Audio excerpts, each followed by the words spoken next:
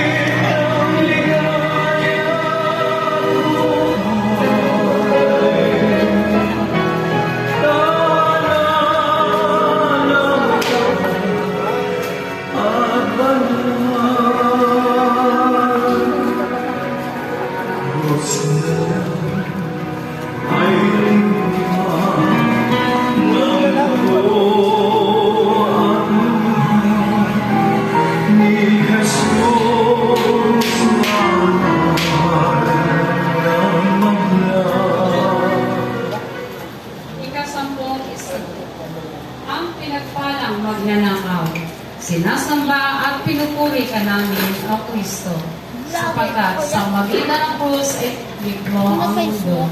Pinuyarin siya ng isang mga salarin nakatakot sa tabi niya. Hindi ba ikaw ang Kristo?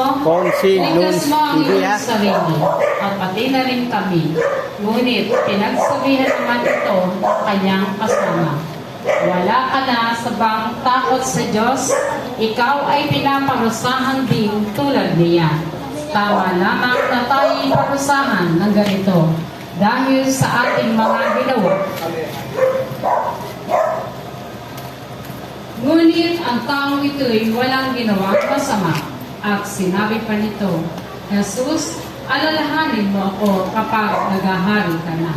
Sumagot si Jesus, sinasabi ko sa inyo, sasama kita ngayon sa paraiso. Pagninila.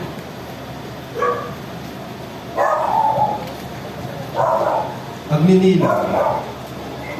Ang nagsisising magnanakaw ay pakumbabang nakiusap kay Jesus. Isama siya sa kaharian ng Diyos. Ang lugar at hinahangad ng bawat isa na mapuntahan pagkatapos ng buhay sa mundo.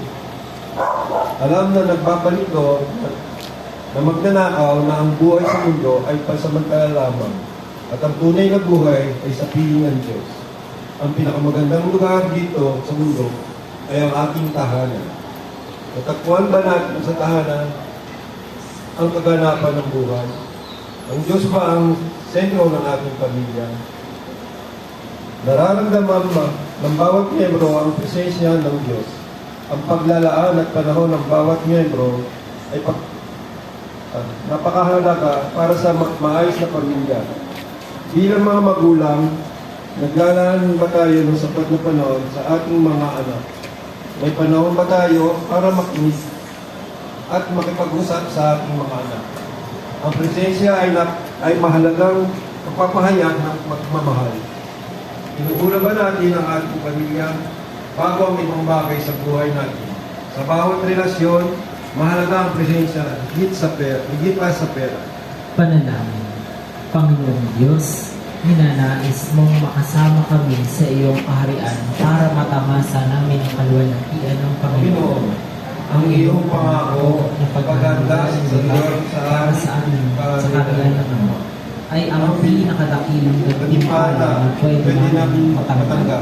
Tulungan kami na magdaan sa sapat na panahon para sa aming mga mahal sa buhay.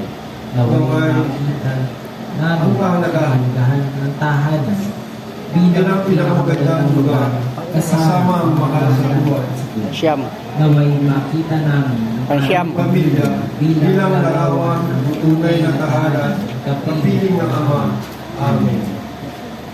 Jesus, Maria, Jose, maging modelo nawa kayo ng aming pamilya. Maraming salamat po sa ating Home President, Nestor Calleja. Tayo po ay tutungo na po sa ikalabing isang istasyon.